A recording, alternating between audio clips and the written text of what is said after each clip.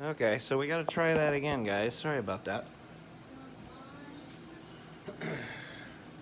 Okay, well, I hope people come back, but this is part 2. I don't know what happened. We lost our internet connection for some strange reason. That's never happened before. I don't know what's going on. So, all right, where was I? So I was making the penicillin. We've got our honey syrup in there, and we got all that. We got our, let's see, we got our lemon. We've got our, whatever we got. Yeah, we have all the ingredients. So as you guys join back in, thank you so much for rejoining the show. Let's get this guy going. And so what we're gonna do on this penicillin is shake this bad boy up.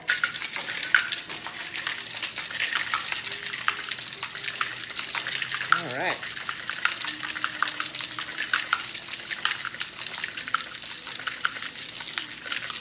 You want to get a good shake on that so you can get some froth. What's really rad about honey syrup is it creates like it's like the whiskey sour vibe where you can use like an egg white, but it doesn't have egg white in it. And so you get the froth from that. And it's pretty fun the way it's served. I'm going to use one of my giant big old rocks that I create myself using a special Jedi technique. All right. Thanks everyone for coming back. Not sure what the heck happened there. I switched to the, we have a 5G version of this too, which I am a little, I'm right on top of the router, so I'm shocked that happened. So I don't know what's going on. It's a warm day. Who knows? We could be experiencing all sorts of weird problems. Yeah, brownout stuff with technology, shit like that. So let me see if I can get these out of the way. Okay, and then usually the garnish for this particular cocktail is some fresh ginger or candied ginger on top. But what we're gonna do is I'm gonna put a little lemon guy on that, and then the coup de grace on this bad boy is the little float of Lafroig. So the excuse me. So you have the blended whiskey in there, and you just put a little teensy weensy float of Lafroig on top. You don't need a lot, and that's almost how much I have. No, she wants me to spell Lafroig, and I won't, because I don't have to. All right, this is so the medicinal name, according to my notes, is a nod to the honey and ginger flavors, because that was, that's a common, medicinal thing. And I'm gonna tell you what, when we first had this cocktail in one of the bars in Belmont Shore, this great restaurant called Saint and Second, on the corner of St. Joseph and 2nd Street in Belmont Shore, very clever. It used to be a Hoff's Hut a long time ago, if anyone's a Long Beach person. I'm gonna shut up now and taste the cocktail. Here we go. That's so great. This could be one of my favorite cocktails of all time. It is so well balanced. The nifty flavors of the blended Scotch. You've got the little, the Lafroig float on top. It's just shut it. It's just beautiful. So here we go. Yeah, I'm just tired. Here we go. All right, taste tester is giving it a whirl. All right, so we're kind of working backwards here. All right. This is penicillin? Yeah, that's a penicillin. Yup. All right, so I got 2 more for you. The next one is called the Scotch Lady, and this is a variation on a cocktail called the Pink Lady. The Pink Lady is a whiskey sour that was pink. Hey, live show over here, folks. Live show over here. Gotta be able to think. Thank you. All right. Okay. Good. Let me make sure that is out of the way. So I'm just getting a little floaty of something suspect in my rinse water down here. Okay. Anyway, so the Scotch Lady. So if you have a Pink Lady cocktail, Death and Company in New York, they do this rad thing called Mr. Potato Head, and I did a show on that a couple of weeks ago, where if you take Mr. Potato Head, the base is the same, but you can swap out the ears and the eyes and the whatever. So the ratios stay the same, but you can swap out the base spirit, or swap out the modifier, or swap out the sweetener. So if you've already got a good ratio of the four basic things of a great blended or shaken or mixed cocktail are your base spirit, a modifier if it exists, a sweetening agent, and a sour agent. Those four things make you almost everything. And if you do them in the right ratios, you can create anything. So they came up with this. We're gonna do 1.5 ounces of, this is Duncan Taylor blended Scotch whiskey. This was recommended to me by one of the great, awesome people at Total Wine and More. No, I am not sponsored by them. I am not being paid, but it sure is awesome to work with them. And then it calls for apple brandy, but I'm going to use, because we have some of this, and I don't know if you caught, there was a little bonus show I did.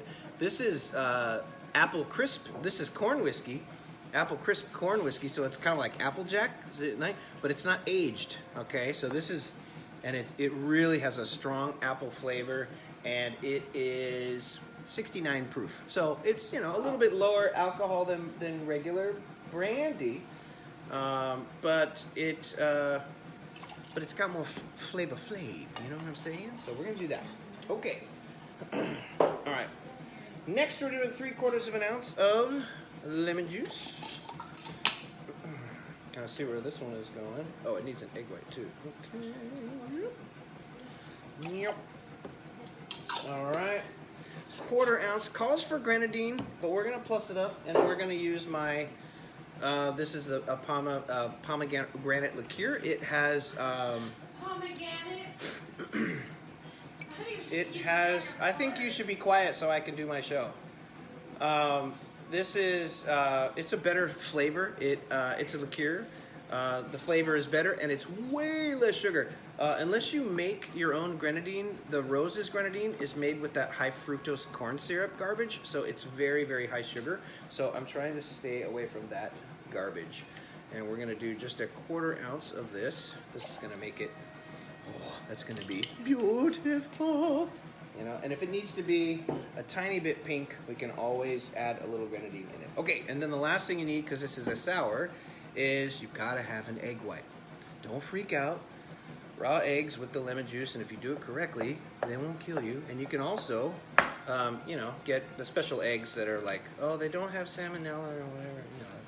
But the important thing is, whenever you're dealing with egg whites, is to have a separate bowl. Can you guys imagine, as I did one of the first times, I have all those fancy ingredients in there. Some of them, are not cheap by the ounce, whatever. And I forgot to, I did that over the thing, and guess what? The yolk went in. And then you have to start over. So it's always good to have a separate bowl for any of your egg white cocktails. Okay, now, when you're doing anything with an egg white, something that helps is to do what's called a dry shake first.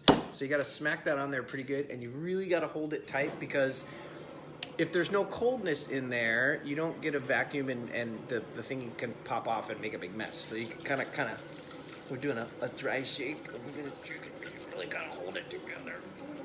Gotta hold it together, man. Do a little dry shake. Get some things emulsified there.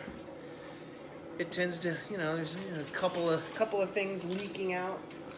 All right, we're gonna ice. Okay, and then this one, yeah, we need to double strain this. Let me get my coupe. All right, we got this. What's left? Now we put some ice in. Now we are going to shake it with regular ice.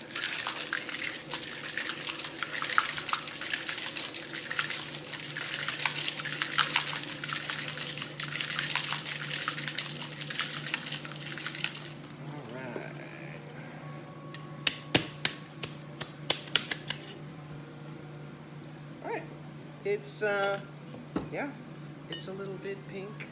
And we're gonna double strain this. This, usually use a, you try to chill your glassware. It makes it taste better. But we're gonna double strain it as the original specs call for. I've got this little handy dandy little second strainer that I bought in this rad little market in Cambodia town here in. Oh, that's beautiful. It could be, you know, that it's not quite as pink because I use this other, you know, pomegranate liqueur. So it's more like puce. You know, it's got this kind of different, you know, look to it, but I'm sure it'll still taste good. All right, then our garnish is brandied cherries. So we're gonna put those right on top, and we have, it should have been a little bit more pink, but this is the Scotch Lady. Cheers. Oh man, it's got that beautiful little froth on top.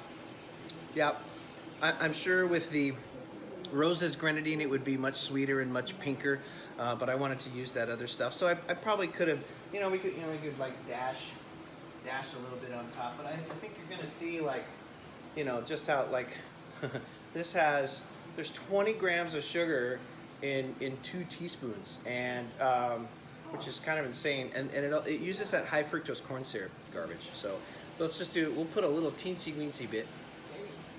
So this is like an 1/8 of an ounce. I just kind of pop that in there. It's kind of nice. It's like you know, it's almost like a claret kind of a thing. We'll put that on top. Let me get a little stursy wursy with a little toothpick. Oh, now it's pinking up. Yeah, so if you just don't use a lot of that grenadine stuff. Or you can also make your own grenadine. That's just pomegranate simple syrup. That's all it is. You just get pomegranates. They're a pain, right? So, all right, there we go. Now she's pink. She's a Scotch lady. All right. That's pretty pink. Oh, It's pretty in pink. It's pretty in pink. All right, and I'll keep this on the bar for our guest. I'll make you another one of those in a minute. All right, last one. So Pete's word. This is It's a girly drink. Yeah. Yep. She says it's a girly drink. Yeah. That was the idea. Yeah. Yeah, it's pretty fruit raw. Yeah. Yeah. I think it could use more apple. And yeah, I don't know. Yeah, it's all right, but it's, you know, it's a Scotch drink and it's a Scotch show. So there you go. We did a Scotch show. All right, this last one is great. I've made it a number of times, and it's called Pete's Word, and it is a riff on The Last Word. The Last Word is a cocktail that's been around since like 1916, quite a long time. Hold on one second. Is that a Scotch accent? I've got to. I don't know. I've got to. I got to rinse these out because some of the foam. Okay, so hold on one second. Be right back.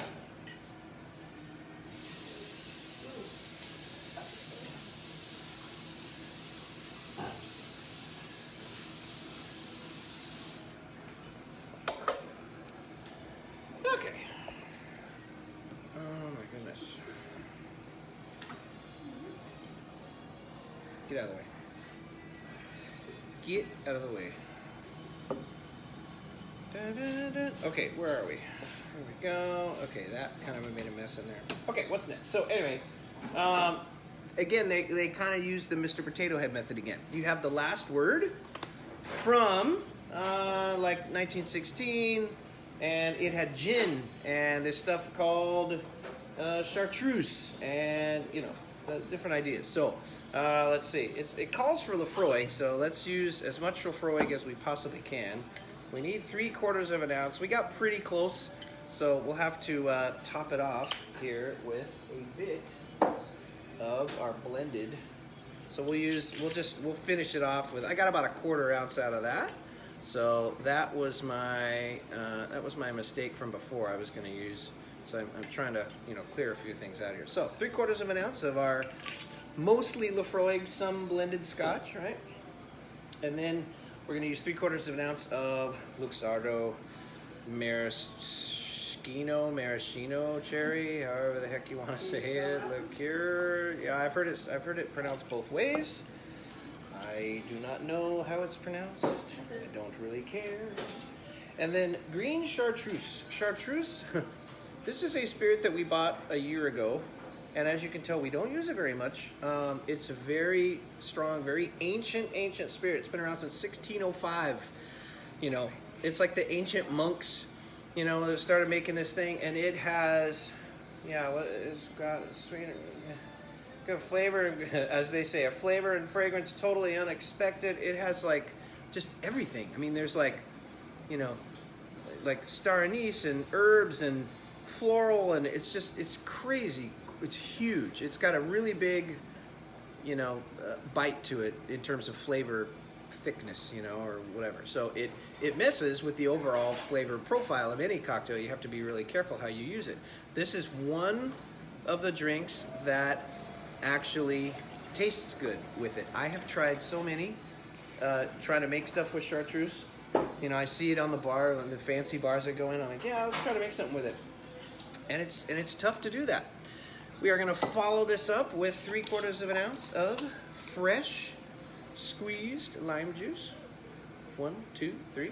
Pop that bad boy in there. And then you just shake it up and put it in a glass. We're going to do this one with a Nick and Nora glass, because I think it's classy looking and kind of, you know, it's got this beautiful sort of little tulip shape. Oh, you know what would be rad? Is if I put some ice in there. That would be fantastic. Remember, put a little bit of ice in there. Okay, there we go.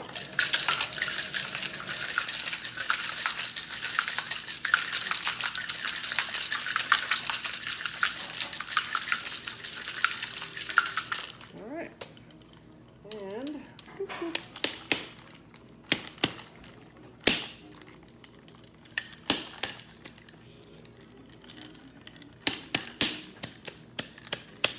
it's not cooperating. There we go. All right. Oh, trouble getting that one open. Okay, and then doesn't need a garnish, and you just strain it into a little Nick and Nora. You know, I probably could have used, it would have looked really cool. Let me see what it looks like in a small coupe. Maybe use a small coupe so it comes closer to the wash line. Maybe this is, oh yeah, that's better. Oh yeah, let's do that. If you use a 3-ounce coupe, it comes right up to the wash line. Look at that. Cheers. Pete's word.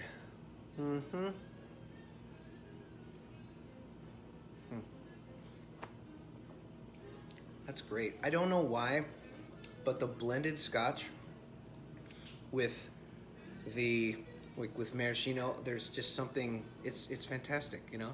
It's a standard cocktail. You've got your base spirit of your scotch. You've got the modifier of the chartreuse, right? And then that's like using a vermouth, you know? You've got the sweetener agent. You got your Luxardo, you got that cherry liqueur in there. And then your acid is, the acidic content is lime juice. And the lime, lime and Lafroig just go together. It's a weird combination, but you get a little bit of that, let's see. Yeah, the chartreuse is definitely there. With the full Lafroig, we'll have to replace that bottle at some point. The balance is great. This is a really well-designed cocktail, and I can see why they've made so much money on it over the years. So, Well, thanks for joining us again this week. Sorry about the technical difficulty. Appreciate all of you who came back. Apologize on that, and we'll see you next week for another episode. We're going to be on Sundays now at 4:30 because I'm doing football in April and March because we are. Okay, so we'll see you next week. See ya. Bye.